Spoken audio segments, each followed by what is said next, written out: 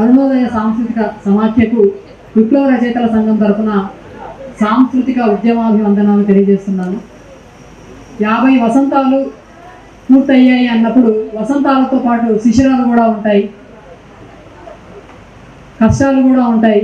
ఒక సాంస్కృతిక ఉద్యమాన్ని, ముఖ్యంగా ప్రత్యామ్నాయ సంస్కృతిని ప్రచారం చేయడం సమాజంలో ఎదురీత వంటిది. నిజానికి ఈ సంస్కృతి ప్రజల నుంచి మొదలైన సంస్కృతే. ఒక సమిష్టి నుంచి మనుషులు సమిష్టిగా ఆదిమ జీవులుగా బతికేటప్పుడు పుట్టిన సంస్కృతి. ఆ తర్వాత పాలకుల వశమైనప్పుడు, వర్గాలు ఏర్పడినప్పుడు ప్రజల సంస్కృతి వేరైపోయింది. సంస్కృతి నుంచి మనుషులు పరాయి వాళ్ళు అయిపోయారు. తమ చేతికి, అంటే ప్రజల సంస్కృతి అంటే అర్థం మనిషిని మళ్ళీ మనిషి చేతికి ఇవ్వడం. మనిషిని మళ్ళీ మనిషి చేతికి ఇవ్వడానికి ఈ సాంస్కృతికోద్యమం 50 ఏళ్లుగా పనిచేస్తూ ఉంది. రాజుల సంస్కృతి ప్రజలది అంటే చెల్లదులే, రాళ్లకు పువ్వుల పరిమళం ఎప్పుడు అంటదులే అన్నాడు చరమండరాజు. రాజుల సంస్కృతి అంటే ఇప్పుడు పాలక వర్గాల సంస్కృతి. చాలా విచిత్రంగా ఇప్పుడు ఒకేసారి ఈ హైదరాబాద్ నగరంలోనే అందాల పోటీలు ఒకవైపు జరుగుతున్నాయి, ఇంకొక వైపు సనాతన సంస్కృతి, సనాతన ధర్మం అంటూ విర్రవీగే వాళ్ళు కూడా ఉన్నారు ఇంకో పక్క. ఆ రెండింటికి వైరుధ్యం లేకపోవడం మనం అందరం గమనించాల్సిన విషయం. ఈ సనాతన సంస్కృతిని వ్యతిరేకించే వాళ్ళే అందాల పోటీలను కూడా వ్యతిరేకిస్తున్నారు. ఆ అందాల పోటీలు ఎట్లా కండక్ట్ చేస్తారు మీరు, ఇది మీ సంస్కృతిలో భాగమా అని కూడా మనమే అడగాల్సి వస్తుంది. అంటే కార్పొరేట్ సంస్కృతి పాలకులదే, సనాతన సంస్కృతిగా వాళ్ళు చెప్పే మురిగిపోయిన కుళ్ళిపోయిన ఆచారాలు, వ్యవహారాలు ఇవన్నీ కూడా పాలక వర్గాలవే. ఈ రెండు ఎట్లా చేయి కలుపుకొని మనుగడ సాగిస్తున్నాయి. అంతిమంగా ఏ ధర్మం గురించి మాట్లాడినా అంతిమంగా వాళ్ళ లక్ష్యం కార్పొరేట్ రాజ్యాన్ని స్థాపించడం అనే లక్ష్యం దిశగా ఉంటుంది. ఇది ఎట్లా ఉంటుంది అని అంటే, మీ ఇంట్లో మీరు ఉంటే మిమ్మల్ని ఇంట్లో నుంచి తరిమేసి తాళం వేసుకొని ఇల్లు మాది అని అంటారు.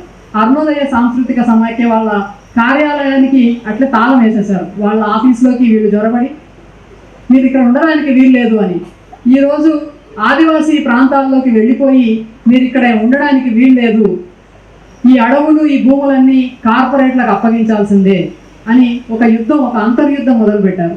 కాశ్మీర్లో ఆర్టికల్ 370 రద్దు చేసిన తర్వాత కాశ్మీర్లో ఉండే వనరుల్ని, అక్కడ భూముల్ని కార్పొరేట్ పరం చేయడానికి శతవిధాలుగా ప్రయత్నం చేశారు. దాని చివరి పరాకాష్ఠకు చేరిన స్థితే యుద్ధం వెనుక చాలా పరిణామాలు జరిగాయి. నిజానికి యుద్ధం వచ్చే ముందు మనం ఎన్ని విషయాలు మాట్లాడుకుంటున్నామో, ఎన్ని విషయాలు నలుగుతున్నాయో మన మధ్య. డీలిమిటేషన్ గురించి మాట్లాడుకుంటున్నాము, వక్ఫ్ చట్టం గురించి మాట్లాడుకుంటున్నాము, ముఖ్యంగా హిందీ ఆధిపత్యం గురించి మాట్లాడుకుంటున్నాము. మీ హిందీ భాష మా మీద రుద్దితే మేము ఒప్పుకోము. కానీ వీటన్నిటిని తోసేసి వాడు దేశభక్తి అంటూ ముందుకు వచ్చాడు. ఏంటి దేశభక్తి? అప్పుడు మనము నిజంగా ప్రజల వైపు నుంచి దేశభక్తి అంటే ఏమిటో చెప్పాల్సి ఉంటుంది. వాడి సంస్కృతి అని అన్నప్పుడు మనం ప్రజల వైపు నుంచి సంస్కృతి అంటే ఏమిటో మనం ఎట్లా చెప్తామో, మీ దేశభక్తి మనుషుల్ని విడదీసేదైతే, మీ దేశభక్తి ముస్లింలకు వ్యతిరేకంగా ప్రజల్ని రెచ్చగొట్టేది అయితే, మా దేశభక్తి కార్పొరేట్లకు వ్యతిరేకంగా ప్రజల్ని ఐక్యం చేసేది. మీ దేశభక్తి ప్రజల్ని విచ్ఛిన్నం చేసేదైతే, మా దేశభక్తి ప్రజల్ని ఒక్కటి చేసేది, ఐక్యం చేసేది. అట్లా ప్రత్యామ్నాయ సంస్కృతి గురించి మాట్లాడే క్రమంలో ఎన్నో సవాళ్ళు ఎదుర్కొంటూ అరుణోదయ సాంస్కృతిక సమాఖ్య ముందుకు వెళ్తున్నది. విప్లవ రచయితల సంఘం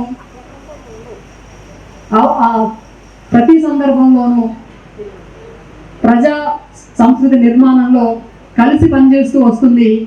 ఐక్యత గురించి చాలామంది మాట్లాడారు. తప్పనిసరిగా ఈ ఐక్య ఉద్యమ కార్యాచరణలో విప్లవ రచయితల సంఘం ముందు ఉంటుంది.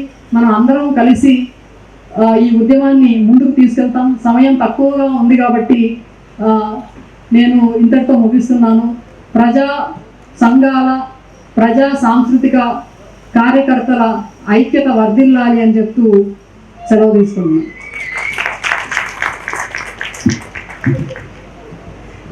Thank you.